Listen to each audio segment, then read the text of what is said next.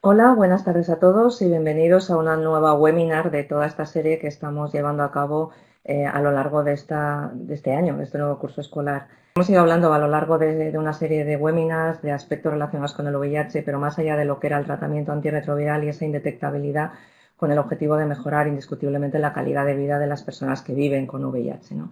Este proyecto, que es una iniciativa de SEISIDA, pero desde luego no podría haber sido posible si no hubiera sido por Gilead, que nos ha permitido, que nos lo ha patrocinado, ¿no?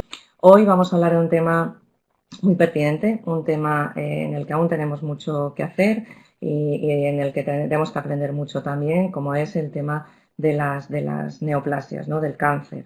Y para ello, bueno, ya sabéis que en estos momentos en los que el tratamiento antirretroviral es tremendamente eficaz, es rara la persona que no está con carga viral indetectable, es raro ver gente que tiene fracasos terapéuticos si se toma bien la medicación y es muy difícil ver mutaciones de resistencia, pero estamos viendo otros problemas. Hemos hablado de envejecimiento, hemos hablado de fragilidad, hemos hablado de distintos aspectos y ahora hemos hablado de los supervivientes y los problemas con los que nos encontramos y ahora hemos llegado a uno de los problemas emergentes de los que nos estamos ocupando, aunque quizá nos hemos desocupado un poquito a lo largo de este difícil año que hemos vivido, pero es un tema que nos ocupa y que nos preocupa y sobre todo en el que el cribado va a ser un elemento fundamental, ¿no? Ya sabemos que la probabilidad de tener tumores, hay tumores definitorios de SIDA, que estamos viendo poco afortunadamente, pero con el aumento de la supervivencia y la exposición a una serie de factores, pues estamos viendo cada vez más tumores no definitorios de SIDA, como estamos viendo otros eventos, como problemas cardiovasculares, renales, etcétera, que son temas que nos preocupan realmente y que van a impactar claramente en calidad de vida. Y ahora, bueno, os voy a presentar a los dos protagonistas, ponentes de esta tarde, van a ser Lali Valencia y van a ser Javier de Castro, que son dos personas que tienen amplia experiencia en sus campos. A Lali la conocéis todos, yo creo que ha sido una de las personas que tiene, como sabéis, trabaja en La Paz, lleva muchísimos años trabajando en VIH, ha sido de las pioneras, de las que ha vivido, casi es una superviviente del VIH, ¿no? Y además ella ha enfocado buena parte de su carrera profesional a abordar aspectos importantes relacionados con tumores. De hecho, ella es la que lidera uno de los proyectos de GESIDA de screening de cáncer de pulmón. Ella, bueno, su actividad profesional la ha dedicado, como os comento, a la atención de pacientes con VIH. Entre las líneas de trabajo que ha llevado han sido comorbilidades, pero especialmente tumores, y ha publicado pues en todos los medios o sea, en todas las revistas de prestigio internacionales. Y Javier de Castro es jefe de sección de oncología médica del Hospital Universitario La Paz, pues los dos ponentes vienen de La Paz. Además es director de la unidad de innovación del Instituto de Investigación Biomédica del Hospital de La Paz y profesor asociado de oncología. Y él ha centrado su trabajo en biología molecular del cáncer de pulmón y otros tumores torácicos. Ha trabajado en buscar factores predictivos de respuesta a tratamientos oncológicos y además de múltiples publicaciones y múltiple experiencia es miembro del ASCO, de la Asociación Americana contra el Cáncer, es presidente de la Asociación para la Investigación del Cáncer de Pulmón en Mujeres y vocal de la Junta Directiva de la Asociación Española de Oncología Médica. Lali nos va a hablar de epidemiología y factores pronósticos de cáncer en el paciente con VIH y el doctor de Castro va a hablar un tema súper importante como es el abordaje multidisciplinar del cáncer, ¿vale? Y nada, cuando queráis. En primer lugar, me sumo a los agradecimientos de Pepa, por supuesto a los chicos de los audiovisuales, a Gilead por su colaboración, a Pepa por sus amables palabras. Voy a intentar transmitiros un poco lo que es, bueno, pues mi experiencia y mi visión de este problema que efectivamente ataca a los pacientes con infección por VIH, pero igual que afecta al resto de la población. Voy a hablar de este tema con una pequeña introducción. Hablaremos claramente de la epidemiología, los factores pronósticos y intentaré dejar unas ideas para llevar a casa que seguro que luego Javier las va a completar, porque está claro que sin un abordaje multidisciplinar no vamos a poder hacer nada pues en esta patología y en tantas otras. Me voy a retrotraer un poco, como ha dicho Pepa, a los inicios de la infección. Si os fijáis aquí en esta línea de tiempo que he puesto, fue en el verano de 1981 cuando empezaron a detectarse los primeros casos de infección por VIH. Y ya en aquel entonces veis que uno de los problemas que teníamos fue una neoplasia, que era el sarcoma de Kaposi. y también la neumonía por neumocistis carini. Esto era en el año 1981 y hasta 1996 fueron sobre todo las infecciones oportunistas, aunque existía el sarcoma de Kaposi y otras neoplasias que fueron formando parte de esta enfermedad. Hasta ese momento eran las infecciones oportunistas las que nos daban los mayores problemas. ¿Qué pasó en el año 96? Pues en el año 96 aparecieron los tratamientos antivirales de alta eficacia y luego, por otro lado, también aprendimos a hacer profilaxis de las infecciones oportunistas, con lo cual aquel problema desapareció o disminuyó muchísimo y vemos que a partir de esos años y ya sobre todo en las épocas más recientes, son las neoplasias el problema fundamental con el que nos vamos a encontrar, aparte de otras comorbilidades, pero las neoplasias van a ser un problema fundamental. Como ha dicho Pepa, tenemos unos tumores que son diagnósticos de SIDA y otros que son tumores no diagnósticos de SIDA. ¿Qué tienen en común todos los tumores diagnósticos de SIDA? Y es que todos están asociados a infecciones virales. Y si nos fijamos en los tumores no diagnósticos de SIDA, la inmensa mayoría de los que van a tener nuestros enfermos están también asociados a virus. El único que guarda una relación especial con los pacientes con infección por VIH y que no está asociado a infecciones virales es, en general, el carcinoma de pulmón. Fijaros en esta gráfica que a mí me gusta mucho porque claramente representa, bueno, pues lo que vivimos antes del año 96 y lo que vivimos a partir del año 96. Aquí es cuando empezaron los tratamientos con inhibidores de la proteasa. Fijaros la importante caída en la mortalidad de nuestros enfermos.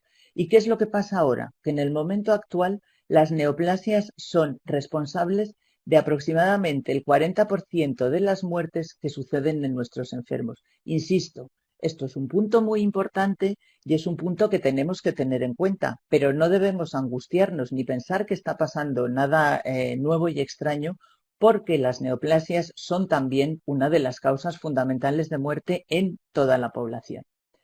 Pero sí que es verdad que, bueno, pues las neoplasias en nuestros enfermos tienen unas características especiales. Hemos comentado que antes de la época del tratamiento antirretroviral eficaz eran los tumores diagnósticos de SIDA los más frecuentes, mientras que los no diagnósticos de SIDA no llegaban a ser aproximadamente el 20% de los casos. En la época, a partir del año 96 y más en los últimos años, son los tumores no diagnósticos de SIDA los que con mayor frecuencia estamos viendo. De estos, pues el que con más frecuencia vemos o el que más importante puede ser en un colectivo de nuestros pacientes es el carcinoma de canal anal, relacionado, como sabéis, con el virus del papiloma humano. También es muy alto el riesgo de desarrollar carcinoma de cervix, que aunque está relacionado con el virus del papiloma, sí que guarda relación con sí que es un tumor diagnóstico de SIDA. El linfoma de Hodgkin vemos que también puede llegar a ser hasta 14 veces más frecuente en la población con VIH que en la población general y sabéis que está relacionado con el virus de Epstein-Barr. El carcinoma hepatocelular, que si bien en los últimos años ha disminuido un poco por aquello de que hemos tratado ya las hepatitis C y hacemos o bien tratamiento o bien vacunación frente a la hepatitis B, pero el riesgo de carcinoma hepatocelular también es más frecuente en nuestros enfermos. Y luego el carcinoma de pulmón, independientemente de que los pacientes fumen, es más frecuente en la población con infección por VIH. ¿Por qué se desarrollan las neoplasias en nuestros enfermos? Bueno, pues como todo en esta vida es multifactorial. Hay dos puntos fundamentales. Uno es el propio virus. El propio virus es una condición necesaria, aunque no suficiente, para que se desarrollen las neoplasias. Y luego vamos a hablar también del papel que puede jugar la existencia del tratamiento antirretroviral. ¿Qué pasa con la infección por VIH? Pues como todos sabéis, la infección por VIH nos va a producir de entrada una alteración tanto cualitativa como cuantitativa de los linfocitos CD4. Y luego también la inflamación permanente va a dar lugar a un estímulo de células B. Y estas dos cosas, junto con el propio virus por los mecanismos que sean, nos van a dar lugar a una alteración de la inmunidad antitumoral, que va a originar de entrada predisposición a infección por virus oncogénicos. Y por otro lado, va a dar lugar a que pacientes que tenían alteraciones genéticas que pueden condicionar tumores, etcétera, etcétera, al tener alteración de la inmunidad antitumoral, se expresen estos genes que a lo mejor si la inmunidad antitumoral hubiera funcionado normal, no hubieran llegado a expresarse. La infección por virus oncogénicos, ya hemos comentado y lo repetiremos probablemente a lo largo de la charla, tenemos los fundamentales, los que veis aquí, que son los dos virus hepatotropos, el herpes 8, que es el responsable del sarcoma de Kaposi, recordar aquella neoplasia que levantó la liebre sobre la existencia de una inmunodepresión que no se conocía entonces, el virus de Epstein-Barr y el virus del papiloma humano. Hemos comentado también que el tratamiento antirretroviral juega un papel. No juega un papel de forma negativa, por así decirlo. Pero, ¿qué es lo que sucede? Una vez que administramos tratamiento antirretroviral, vamos a conseguir que nuestros pacientes tengan disminución de carga viral. Prácticamente toda la población que se está tomando el tratamiento antiviral tiene la carga viral indetectable. Entonces, tenemos una disminución de la carga viral y un aumento en el recuento de los linfocitos CD4. Pero, ¿qué sucede? Que esta restauración inmune lamentablemente no es completa.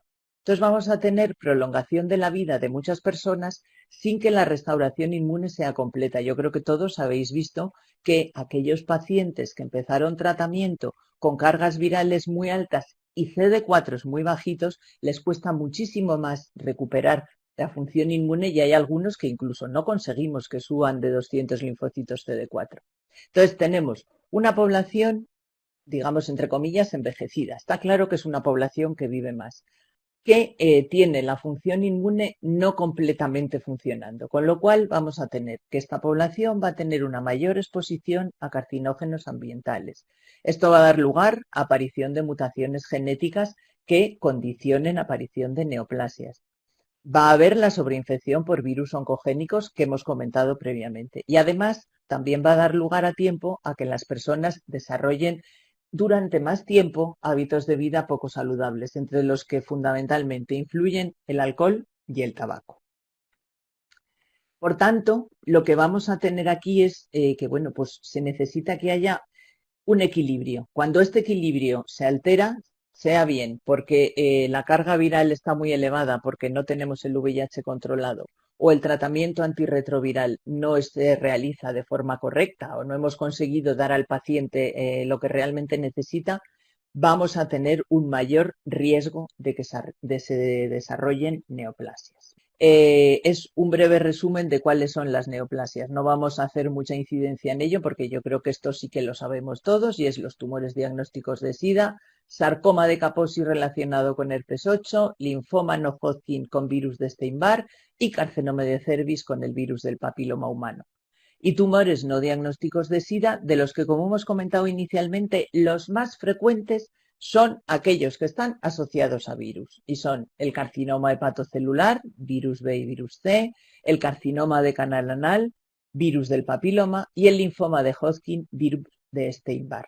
Y dentro de los no asociados a virus tiene especial importancia el carcinoma de pulmón, aunque todos nuestros enfermos pueden, por supuesto, desarrollar cualquier otro tipo de tumor, es decir, pueden aparecer carcinomas de mama, de colon o de próstata, igual que pueden aparecer en el mismo grupo de población, en el mismo grupo de edad, en la población general.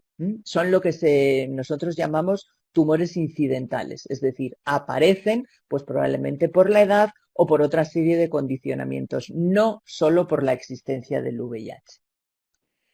¿Qué características tienen estos tumores no diagnósticos de SIDA? Es un grupo muy heterogéneo, como veis, hemos hablado pues de carcinoma hepatocelular, de carcinoma de mama, de colon, de pulmón. Entonces, bueno, pues es un grupo muy heterogéneo, con lo cual no vamos a hablar de características generales de ellos. Lo que sí hay que tener en cuenta es que, en general, pueden aparecer en pacientes más jóvenes y con presentación atípica.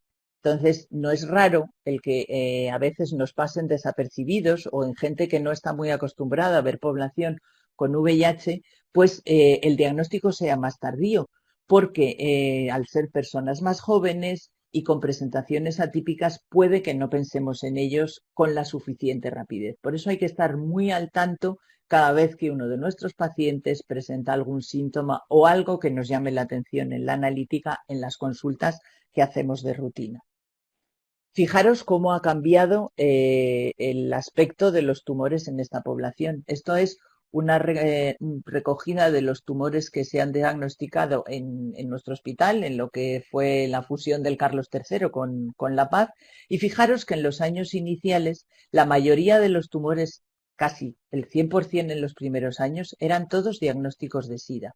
Es decir, linfoma no Hodgkin, sarcoma de Kaposi y carcinoma de cervix. Y fijaros, conforme van pasando los años, cómo son los tumores no diagnósticos de SIDA los que son los más frecuentes. Esta serie se acaba en el 2018, pero en los años que hemos seguido la distribución viene a ser similar. Es decir, diagnosticamos más cánceres de pulmón que, pues por ejemplo, linfomas no Hodgkin en general. Como os he dicho, bueno, pues fijaros la frase primera de esta diapositiva, es que la edad de la población con infección por VIH se incrementa, por lo que igual que sucede en la población general, va a haber un incremento de las neoplasias a lo largo del tiempo. Tengas o no tengas VIH, las neoplasias son hoy en día un problema fundamental en la salud de la población. Y lo que sí que es muy importante es que el único factor que predispone al desarrollo de tumores relacionados con las infecciones en los pacientes con VIH mayores de 50 años, que viene a ser la edad que hemos considerado que, bueno, pues el envejecimiento es más precoz en nuestra población, es la presencia de un recuento bajo de linfocitos CD4. De ahí la importancia del diagnóstico precoz de la infección por VIH y el inicio de tratamiento en el momento en el que se diagnostica la infección. Recordar lo que he comentado antes, aquellos pacientes que empezaron tratamientos con 20 CD4 les cuesta mucho el alcanzar una cifra de CD4 que sea realmente significativa, puesto que incluso aunque lo multipliques por 10, pues si empezaron con 20 vamos a tener 200 linfocitos CD4. Entonces, ese va a ser el factor más importante para prevenir el desarrollo, sobre todo, de los tumores relacionados con infecciones. Y el único factor asociado con los tumores no relacionados de SIDA en el que podemos incidir, que es muy importante y que a veces es lo que más nos cuesta, es el tabaco. Y luego esto es algo bueno, pues que yo cuando leí este artículo dije, vaya, se nos había pasado un poco esta situación. Es decir, aquellos niños que nacieron con VIH, que afortunadamente han llegado a disfrutar del tratamiento antirretroviral de alta eficacia y han llegado a la edad adulta, llevan pues muchos 30 años de infección por VIH, cosa que a lo mejor en la población general pues son menos los pacientes que llevan más de 30 años con infección. Entonces hay que tener en cuenta que los niños que nacieron con infección por VIH también tienen riesgo de desarrollar cáncer. Y fijaros que la inmensa mayoría de los niños que tienen infección por VIH están en los países en vías de desarrollo. Por eso no llama la atención el que, bueno, pues los tumores más frecuentes puedan ser el sarcoma de Kaposi y los linfomas no Hodgkin. Es decir, estar muy atentos también. Son pocos los que tenemos, pero tenemos ya muchos adultos que nacieron infectados con el VIH y hay que estar especialmente vigilantes con ellos para prevenir el desarrollo, prevenir y diagnosticar precozmente las neoplasias que puedan aparecer en ellos. Llegamos a un punto muy importante de la evolución y de las neoplasias en nuestros enfermos y es el momento de iniciar tratamiento. Aunque luego seguro que Javier va a comentar mucho más de esto, yo aquí sí que quiero llamar la atención a algo muy importante. Tenemos unos pacientes que tienen ya una enfermedad crónica con la que están en tratamiento pues desde hace muchos años o algunos incluso, como acabamos de comentar, desde el nacimiento. Y a ese tratamiento le vamos a tener que añadir unos tratamientos que en general son bastante tóxicos, como es la quimioterapia. Fijaros en esta frase, esta es muy importante y hay que tener en cuenta, y es que el pronóstico de las personas con neoplasia y infección por VIH va a depender fundamentalmente de los factores pronósticos del tumor que presentan. Es decir, si el paciente tiene la infección por VIH bien controlada, debemos dejar, entre comillas, a un lado el que tenga su infección por VIH y centrarnos en tratar el tumor de forma lo más exhaustiva posible, teniendo en cuenta que si tratamos bien ese tumor, su pronóstico va a ser igual que el de otra persona que no tenga infección por VIH. Claro, aquí nos encontramos con el problema de que hemos dicho que tenemos unas personas en tratamiento antirretroviral de forma crónica a los que vamos a añadir una medicación que en general suele ser tóxica. ¿Qué es lo primero que se nos ocurre? Pues que van a aparecer suma de toxicidades. Entonces, hoy en día, como comentaremos luego, los tratamientos antirretrovirales son mucho menos tóxicos de lo que eran inicialmente y la posibilidad de tener interacciones es mucho menor. Pero bueno, no hay que olvidar que hay muchos fármacos antirretrovirales que pueden tener toxicidades que se suman a la quimioterapia. Por ello, hoy en día esto va a ser un problema menor, pero hay que tenerlo en cuenta. Y también es un problema, entre comillas, menor la posibilidad de interacciones, puesto que, como comentaremos luego, los fármacos antirretrovirales que utilizamos, que son fundamentalmente hoy en día los inhibidores de la integrasa, tienen menos interacciones tanto con la quimioterapia como con cualquier otro fármaco. Pero esto también nos va a dar un problema, es decir, hemos dicho que vamos a dar mielosupresores a unos pacientes que probablemente tengan la carga viral indetectable, pero que sus linfocitos CD4 pueden estar bajos. La suma de linfocitos CD4 bajos más quimioterapia nos puede dar lugar a un empeoramiento de la inmunosupresión, por lo que hay que estar muy al tanto de cómo evolucionan los linfocitos CD4 en nuestros enfermos para valorar si necesitamos reiniciar o iniciar por primera vez profilaxis frente a infecciones oportunistas, teniendo en cuenta que se puede producir una alteración en la inmunidad celular importante con la suma de la quimioterapia más los linfocitos CD4 y que esto nos pueda dar lugar a que aparezcan infecciones oportunistas. Y luego, como siempre, tenemos el que los pacientes que están recibiendo tratamiento antirretroviral van a tener que tomar un tratamiento de forma permanente y esto nos va a dificultar pues la adherencia, porque podemos poner una quimioterapia que les produzca náuseas, les produzca vómitos y esto puede dificultar el tratamiento antirretroviral. Es decir, esta diapositiva es muy importante porque hay que intentar coordinar con el oncólogo y nosotros cuál es el tratamiento que mejor le puede venir a nuestros pacientes. Como os he dicho, hoy en día utilizamos en general y sobre todo en los pacientes que van a recibir fármacos antineoplásicos regímenes basados en inhibidores de la integrasa. Porque en este estudio, que bueno, pues es uno de los primeros en que se ve cuál es la eficacia y la toxicidad que tienen los antirretrovirales en pacientes con cáncer, se vio claramente que los pacientes que fueron tratados con inhibidores de la proteasa tuvieron peores resultados que los que se trataron con no análogos y con inhibidores de la integrasa. Se considera que, bueno, y aquí en este artículo el resultado fue que la eficacia de los no análogos y los inhibidores de la integrasa fue comparable, pero los inhibidores de la integrasa fueron los que mejor se toleraron y tuvieron menores interacciones.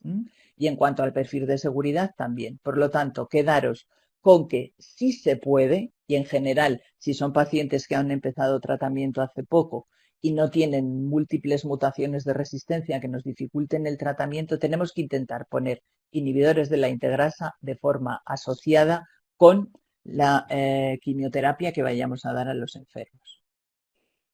Os he comentado antes que el pronóstico de nuestros enfermos va a depender de la neoplasia. Hay ocasiones en que afortunadamente en nuestro medio esto es menos frecuente, pero hay ocasiones en que un mismo tumor diagnosticado en una persona que en infección por VIH tiene peor pronóstico si ese mismo tumor se diagnostica en una persona que no tenga infección por VIH. ¿A qué puede ser debido esto? Bueno, pues fundamentalmente, como os he dicho, retraso en el diagnóstico. Ese retraso en el diagnóstico va a condicionar que el tumor esté en un estadio más avanzado cuando lo diagnostiquemos. Los pacientes con VIH, como hemos comentado, tengan la edad que tenga, es decir, conforme va avanzando la edad más, pero tienen con mayor frecuencia que la población general otras comorbilidades que nos pueden dificultar tanto el diagnóstico como el tratamiento. Tienen una inmunodepresión que, bueno, pues, que viene determinada fundamentalmente por el recuento de linfocitos CD4 y, aunque esto ya os digo que en nuestro medio es menos frecuente, sí que ha habido, al menos inicialmente, diferencias en el tratamiento de la población con infección por VIH con respecto a la población general. En este sentido, y aunque esto efectivamente ya sucede menos, sí que fijaros que ha habido tiempo en que los pacientes con infección por VIH se excluían de los ensayos clínicos. Esto está empezando a no ser así, pero sí que es verdad que, por ejemplo, en este artículo se ve que en el registro de 46 fármacos antineoplásicos en los que realizaron 81 ensayos clínicos, fijaros que era absolutamente criterio de exclusión el que el paciente tuviera infección por VIH. Sí que es verdad que, bueno, pues cuando uno va a iniciar o a estudiar un fármaco, pues pretende estudiarlo en las mejores situaciones posibles, pero eso no quita el que nuestros enfermos puedan, cuando el tratamiento convencional no funciona, entrar en los ensayos clínicos y ser tratados igual que la población general. Ya os digo que esto en nuestro medio es menos frecuente. ¿Qué podemos hacer para evitar el cáncer? Fundamentalmente, hay que hacer tratamiento antirretroviral. Como hemos dicho, un tratamiento antirretroviral con adecuada adherencia, que es lo que hemos dicho antes, es lo que va a condicionar el que los enfermos estén mejor.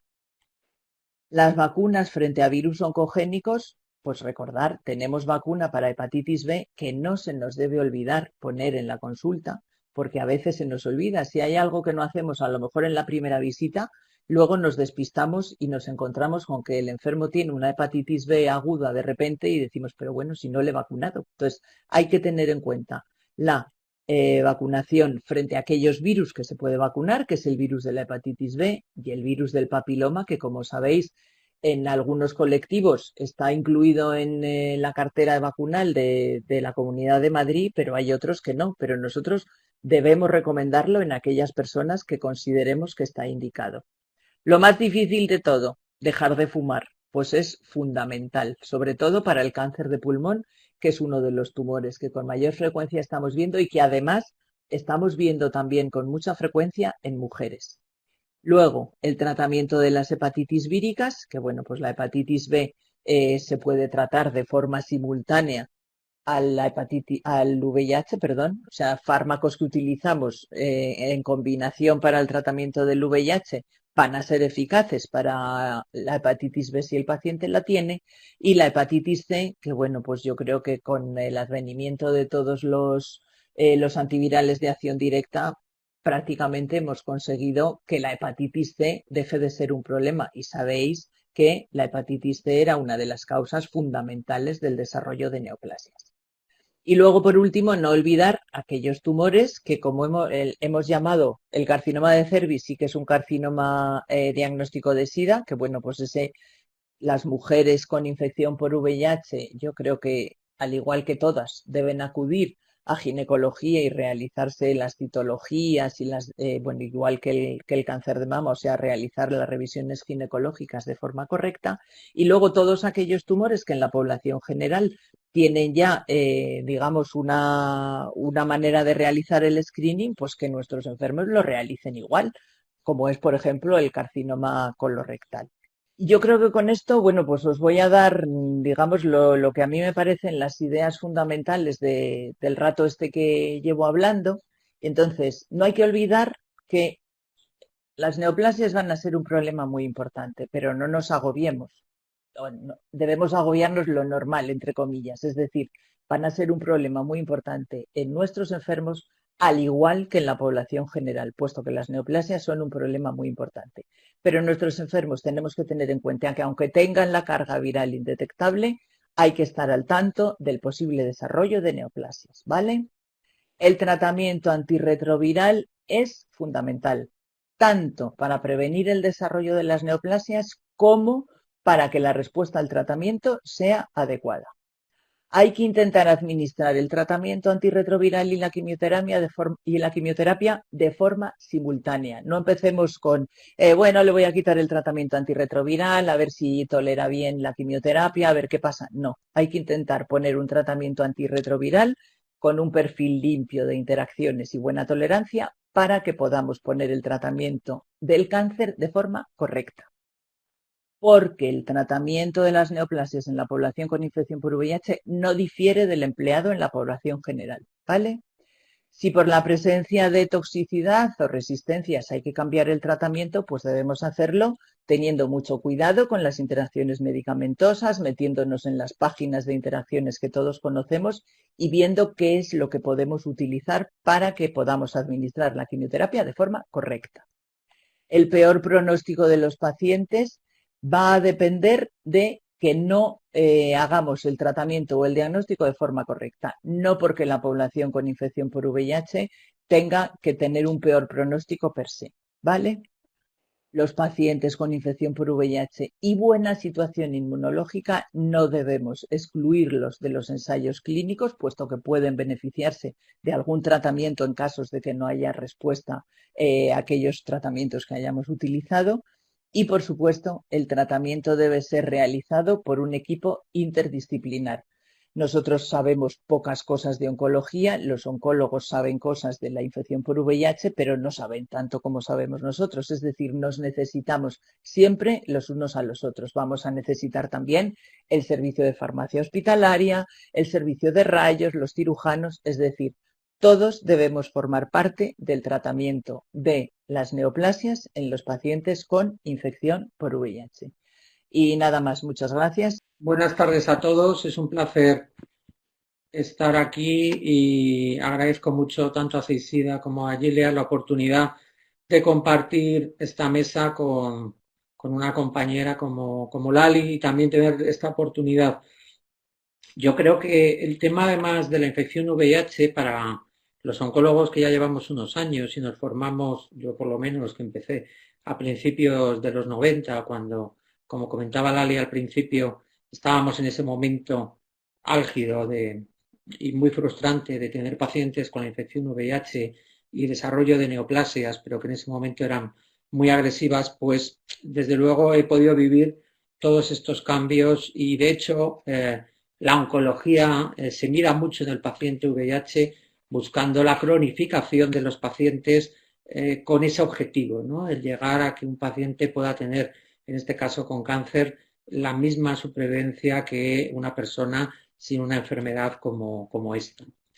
Ya ha dicho muchas cosas Lali, y yo no voy a pasarlas muy rápido, pero creo que es interesante. A mí esta presentación, esta tarde, esta revisión me gustaría que hubiera sido compartida y creo que también ya lanzo el guante un poco para que sea un campo donde oncólogos podamos también compartir con vosotros este tipo de iniciativas que yo creo que son fundamentales. Lo sabéis todos, pero voy a pasarlo muy rápido.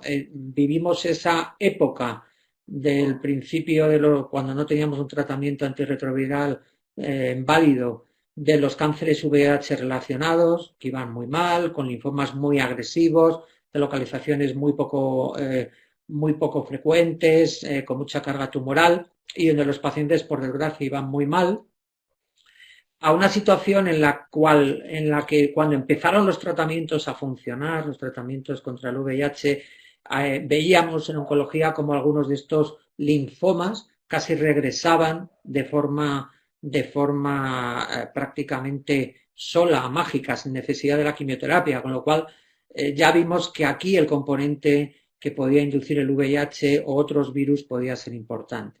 Luego hemos vivido la época, sobre todo, el hepatocarcinoma asociado a los virus de la hepatitis B y sobre todo C, que no solo produce tumores hepáticos, sino también se relaciona con una colección importante de otros tumores sólidos. Luego, evidentemente, están otros virus relacionados, como el Epstein-Barr, y en los linfomas sobre todo, papilomavirus para el cérvix o el canal anal, o el herpes simple también. Y finalmente, los cánceres que podemos decir no relacionados con el VIH, donde a la cabeza posiblemente está como se ha comentado, el cáncer de pulmón. Todo esto implica que cuando estamos hablando de un paciente con un cáncer y una infección VIH, estamos interactuando. Muchos cánceres sabemos que tienen origen en una infección vírica, pero posiblemente el paradigma de esta situación sea precisamente estos pacientes VIH que además, adicionalmente, pueden tener, como digo, otra influencia de otros virus. Como ya ha comentado Lali, me voy a repetir en muchas cosas, pero yo creo que es importante resaltarlas. Hay un aumento claro de la supervivencia de los pacientes de la población VIH y esto ha repercutido, ella ha contado los datos de la serie de la paz y yo creo que los datos internacionales van en la misma línea, es decir, desaparecen estos tumores relacionados con el SIDA o se reducen mucho, tanto en la incidencia, mientras empiezan a aparecer, lógicamente porque los pacientes viven más, los cánceres que podemos decir no relacionados. Y esto va ocurriendo, es una tendencia que ocurre en todas las series, pero también apunto a que también hay un componente racial, un componente en el tercer mundo, donde posiblemente no haya ese desarrollo y todavía estemos en esta etapa anterior de ver tumores relacionados más con la infección VIH como tal. Y esto no solo ha influido en la incidencia, sino en la mortalidad. La mortalidad de los tumores relacionados con VIH era muy grande en los años 90, ahora es muy pequeña y ahora la mortalidad que empieza a tener mayor influencia es la mortalidad, por ejemplo, por cáncer de pulmón o por tumores hepáticos. Esto es una serie francesa donde señala precisamente cuáles son las causas de muerte por cáncer en los pacientes VIH, donde los linfomas siguen siendo importantes y, como digo, el cáncer de pulmón y las enfermedades hepáticas. Ya lo ha apuntado Lali, yo creo que es importante. Nosotros en la paz de toda la vida hemos tenido la suerte de ir muy coordinados con las unidades VIH y esto ha sido fundamental para que el oncólogo pudiera hacer un tratamiento prácticamente normal en muchísimos pacientes.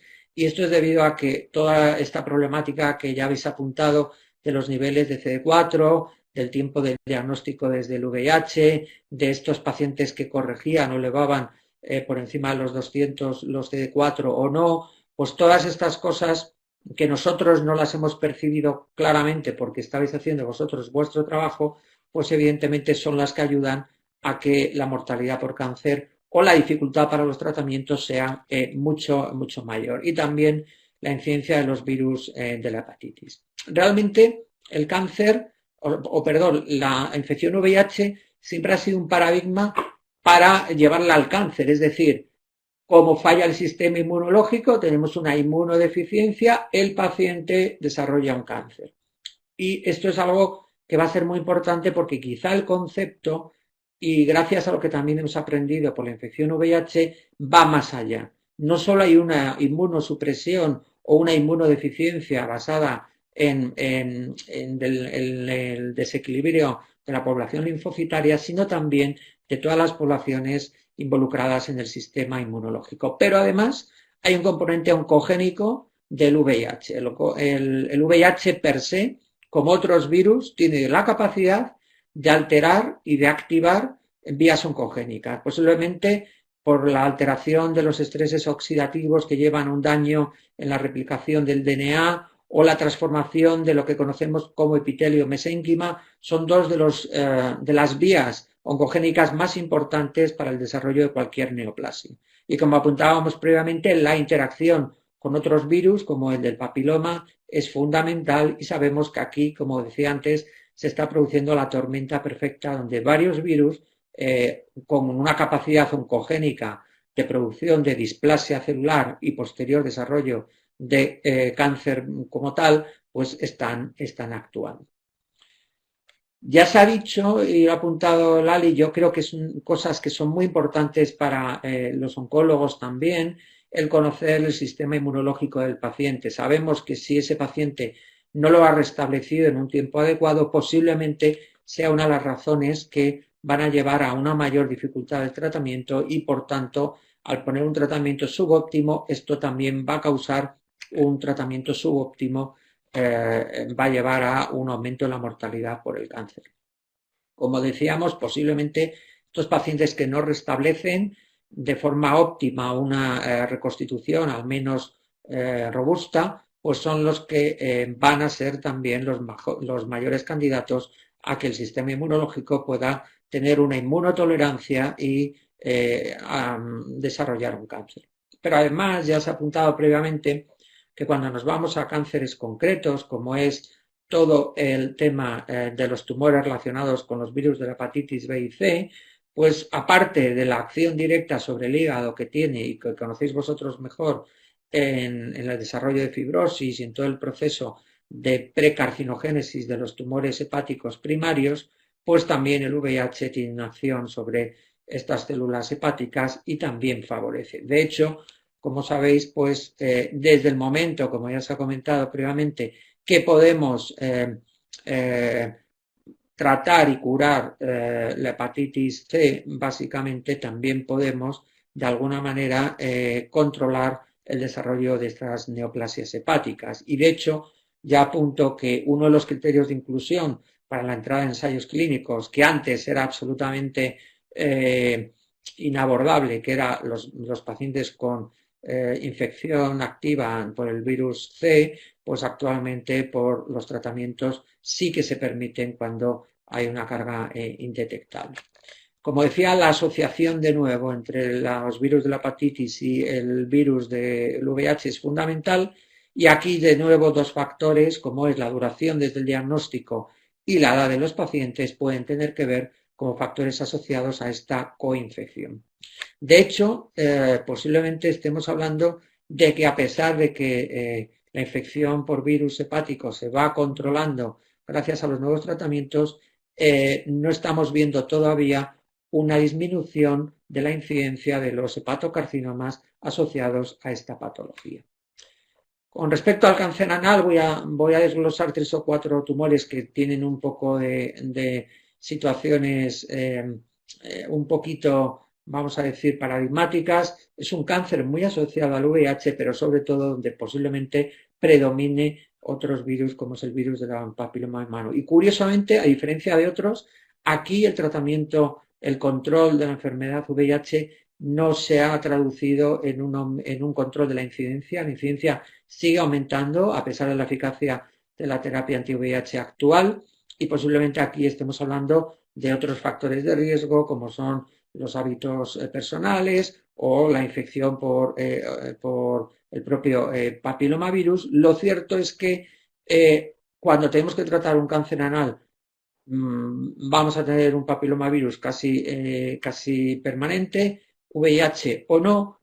Los tratamientos, los oncólogos sabemos que son igualmente eficaces y los resultados van a ser, en cuanto a supervivencia, igual de relevantes. Ya sabéis que son tumores que a veces se tratan con cirugía o a veces tiene que intervenir la quimio y la radioterapia y se puede obtener la misma curación. Aquí, de nuevo, ya apunto por primera vez algo que ha dicho Lali, que es el screening, la terapia precoz. Un dato que me ha sorprendido y yo creo que son poco frecuentes, pero es algo que al revisar esta presentación es los tumores del sistema nervioso central. Sabemos evidentemente que el linfoma primario cerebral, que era muy frecuente como enfermedad tumoral o VIH asociada en los primeros años, ahora es menos frecuente, pero curiosamente los gliomas aparecen en gente más joven, la incidencia también es mayor, el pronóstico ya per se muy malo en los gliomas, pues también parece que es todavía peor en los pacientes VIH. Las causas no se conocen muy bien, posiblemente también una respuesta inflamatoria, tanto no solo de la glía, sino también de algunas células como los astrocitos, pero lo cierto que también es otro tumor a tener en cuenta. Y finalmente el cáncer de pulmón, yo que me dedico especialmente en los últimos casi 15-20 años a este tumor, pues sí que hemos visto este aumento de incidencia. Inicialmente pensábamos que era debido, lógicamente, a que los pacientes tienen una mayor supervivencia y asocian hábitos como es el tabaquismo o incluso adicción a otras drogas, sobre todo cuando eran más por vía respiratoria, pero parece que puede haber también una incidencia mayor por el propio virus, también por como digo, por el haber llegado a una supervivencia mucho más prolongada. El cáncer de pulmón convencional suele aparecer por promedio, en torno a los 68 años de vida, pero realmente posiblemente las infecciones repetidas a nivel respiratorio que puedan tener los pacientes en relación con la enfermedad VIH o con otros virus, también puede ser uno de los fenómenos de descenso del control inmunológico y también activación de vías inflamatorias.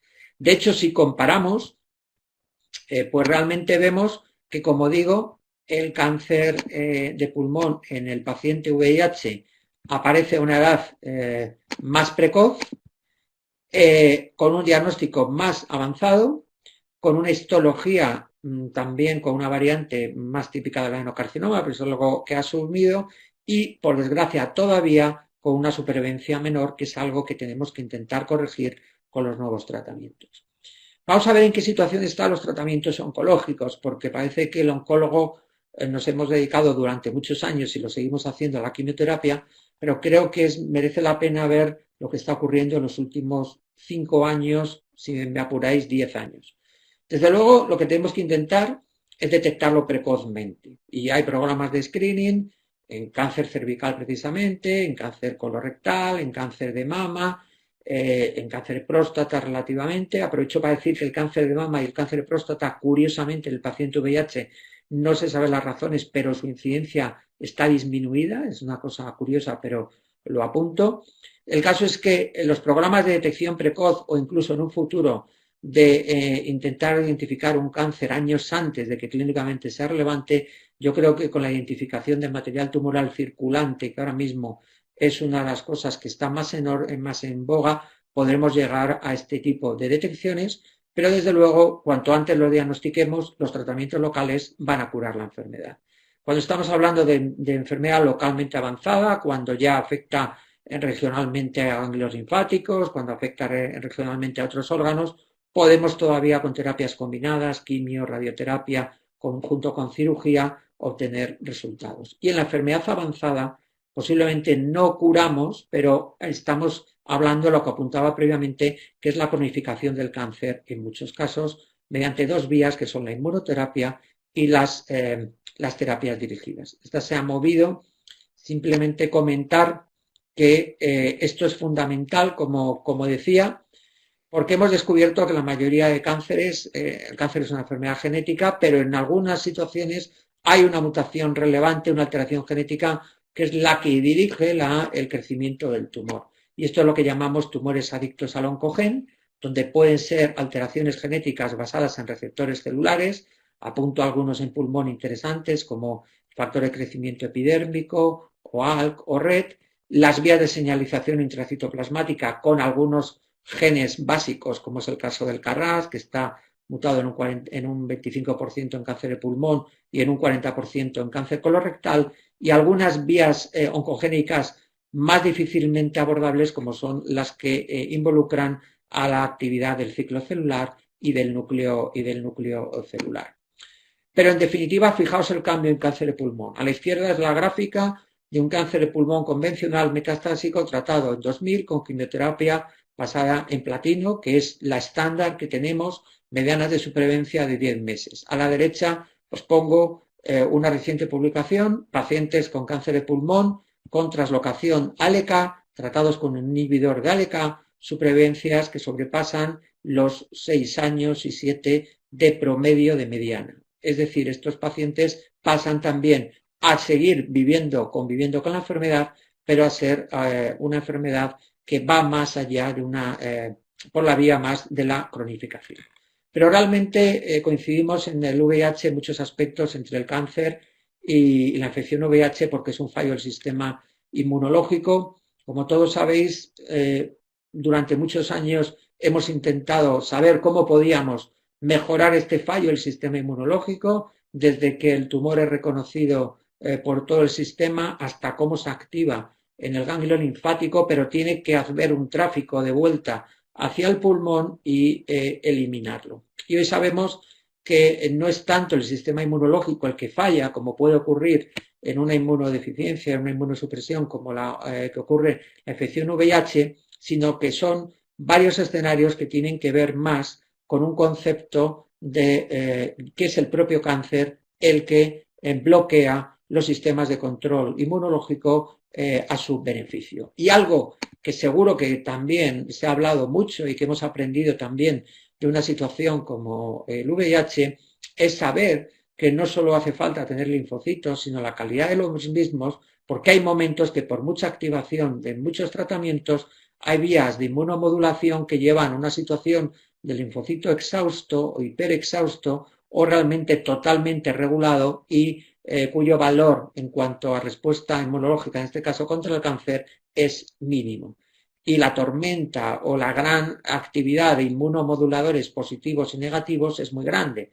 Pero posiblemente el gran avance de la oncología de apenas 10 años, porque esto nació hace 10 años, es ver cómo realmente esta sinapsis de control inmunológico, estos puntos de control inmunológico, básicamente dos, uno que actúa más a nivel del ganglio, que es el CTLA4, y otro que actúa más a nivel de la interacción con el tumor, que es el eje basado en el PD1, PDL1, son los dos grandes hitos que a través de anticuerpos que son capaces de romper esta interacción que lleva al secuestro y al mal funcionamiento del sistema inmunológico, pues hemos conseguido esto, donde un cáncer de pulmón que no era sensible a la quimioterapia, este paciente ya no lleva solo 5 años, estamos casi en 7 años de tratamiento inmunológico, su sistema inmunológico ha quedado activado y funciona contra el tumor. Y esto se ha producido en cáncer de pulmón, en melanoma, en cáncer de cabeza y cuello, en cáncer renal, con diferentes fármacos anti-PD1, anti-PDL1 o anti-CTLA4, solos o en combinación a veces entre ellos mismos o con quimioterapia. Con lo cual, aquí es donde confluyen de alguna forma toda la alteración inmunológica del VIH con la alteración inmunológica del cáncer. Y me consta que hay, desde luego, tratamientos y ensayos que intentan también, a través de estos ejes de control inmunológico, también mejorar la respuesta inmune frente al cáncer, a la infección VIH. Como ya ha comentado Lali, por definición, la mayoría de ensayos en oncología excluían, primero, como decía, a los pacientes con enfermedad con hepatitis C activa y B también. Posteriormente esto se ha corregido, pero muchas de los ensayos, la mayoría, por desgracia, excluyen a los pacientes VIH. ¿Algún motivo? Pues realmente no lo hay, porque yo creo que en los ensayos siempre se pasa, sobre todo cuando hemos hecho estos ensayos de inmunoterapia, donde uno piensa, bueno, si estamos ante un sistema inmunológico alterado, como es el de un paciente VIH, ¿qué eficacia vamos a ver en esto? Bueno, realmente lo que estamos aprendiendo es que, desde luego, con terapias dirigidas, con quimioterapia y posiblemente también con inmunoterapia, los tratamientos puedan ser eficaces para pacientes con enfermedad VIH. Tenemos varios abordajes desde el punto de vista de ensayos basados en la oncología, desde la inmunoterapia, algunos en la quimioterapia, a terapias dirigidas, como os decía, contra ciertos virus o incluso a terapias tópicas. Y este paper que ha comentado antes Lali, realmente lo que nos viene a decir es la reivindicación de que el paciente VIH es un paciente con criterios clínicos de normalidad, donde tiene su tratamiento adecuado y su control de todas las infecciones oportunistas adecuadas. Y aquí es fundamental, desde luego, el papel vuestro, los pacientes que veis a los pacientes VIH, de los médicos que veis a los pacientes VIH, porque este control de los CD4 en un nivel adecuado es fundamental. Esto lo voy a pasar muy rápido, porque simplemente lo que digo es que a nosotros el tener un tratamiento contra el virus adecuado nos hace que los pacientes, no voy a decir que sean completamente iguales, pero muy próximos a la normalidad, y cada vez los oncólogos tenemos menos prevención a la hora de no dar un tratamiento, desde la quimioterapia a los nuevos tratamientos. Quizá lo que sí que me gustaría apuntar, que ya lo ha dicho Lali, que pueda haber ciertos tratamientos antivirales que puedan tener una interacción drug-drug o en este metabolismo hepático de los citocromos, y sobre todo cuando estamos utilizando terapias dirigidas, sobre todo inhibidores tirosina quinasa, pues que además suelen ser en pacientes con estos que comentaba, con una alteración oncogénica muy relevante, los tratamientos inhibidores son muy eficaces, y aquí intentar evitar la interacción sea mandatario. Por lo tanto, la preparación por parte del paciente oncológico para el oncólogo médico, para el tratamiento oncológico y para los tratamientos locales por cirujanos, por oncólogos radioterápicos, por vuestra parte es fundamental con los tratamientos adecuados y hay guías que conocéis mejor que yo, porque de hecho en la medida también que podemos ir controlando inmunológicamente al paciente, esto lleva a que tanto la incidencia como la propia evolución de los tumores no relacionados con el VIH puedan ser mejores. Incluso no pongo nombres porque por temas de transparencia me lo han dicho, pero puede haber antivirales que tengan un papel oncogénico muy claro. Ya estoy acabando y simplemente, bueno, los oncólogos esto lo tenemos muy claro, sobre todo cuando en los tratamientos de inmunoterapia, viendo la eficacia que se ha logrado en la población normal, se excluían, como digo, pacientes con hepatitis activas, pacientes con VIH, pacientes con enfermedades autoinmunes y cada vez se ha ido viendo que esas exclusiones son menos importantes. Y de hecho hay estudios como este que hemos hecho en el Grupo Español de Cáncer de Pulmón con un anti-PDL1 en una población de 20 pacientes para cáncer de pulmón que habían progresado a quimioterapia, pues lo cierto es que, como veis, mirando poblaciones de CD4, de CD8, mirando también cuál es la toxicidad que podemos tener, lo cierto es que es similar a la población no VIH y en cuanto a respuesta, estamos hablando de segunda línea, un 20% de respuesta, lo cual es similar a la que obtenemos en este estudio recientemente publicado. Hemos intentado hacer también ciertos perfiles relacionados con citoquinas, con algunos aspectos como pueda ser el TGF-beta, a ver si somos capaces de identificar aquellos pacientes con estas firmas que nos identifiquen qué pacientes son los que realmente se van a beneficiar, pero realmente, ya digo, ni en eficacia ni en efectos secundarios podemos ver grandes diferencias con la población normal. Y de nuevo, aquí volvemos a coincidir en aspectos tan importantes como es este, que también lo revisamos en el artículo, del posible papel que podemos tener cuando no tenemos respuesta a la inmunoterapia en la población no VIH o en la población VIH, del posible papel de estos linfocitos exhaustos o regulados sobremanera o bien por la infección o bien, como digo, por el propio cáncer.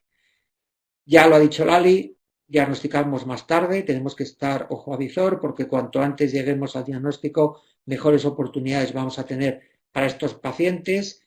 Ahora mismo en los hospitales habitualmente en casi todos hay comités de tumores multidisciplinares. Los pacientes VIH también son presentados. Aquí siempre se os invita a que podáis comentar las dudas que podamos tener con los pacientes y desde luego el tratamiento pasa por un diagnóstico adecuado porque si no hacemos el proceso diagnóstico concreto de tomas de biopsia, de estudio de extensión adecuado, no podremos llegar al tratamiento final. Como digo, yo creo que hoy en día ni la radioterapia ni la cirugía son exclusiones para pacientes con enfermedad VIH, sobre todo cuando está vuestro control detrás y, como digo, también para los tratamientos oncológicos médicos, en la medida de casos se puede hacer. Quizá aquí sea una labor todavía muy educativa el intentar, bueno, seguir promoviendo para que estos pacientes sean tratados sin estigma como una persona normal. Por lo tanto, esta es mi única diapositiva. Mi sugerencia, primero, prevención. Segundo, el mejor diagnóstico. La búsqueda de un tratamiento multidisciplinar para buscar estas terapias innovadoras. Estamos hablando que en cáncer de pulmón hay un 30% de pacientes que sobreviven a 5 años con inmunoterapia. Como veis, con terapias dirigidas podemos pasar la mediana de supervivencia de los 6-7 años con algunas de ellas y no podemos hacer que un paciente que ha conseguido controlar su infección VIH hasta llevarlo a una supervivencia similar al de la población normal, pues se quede sin este tratamiento. Nada más y muchas gracias.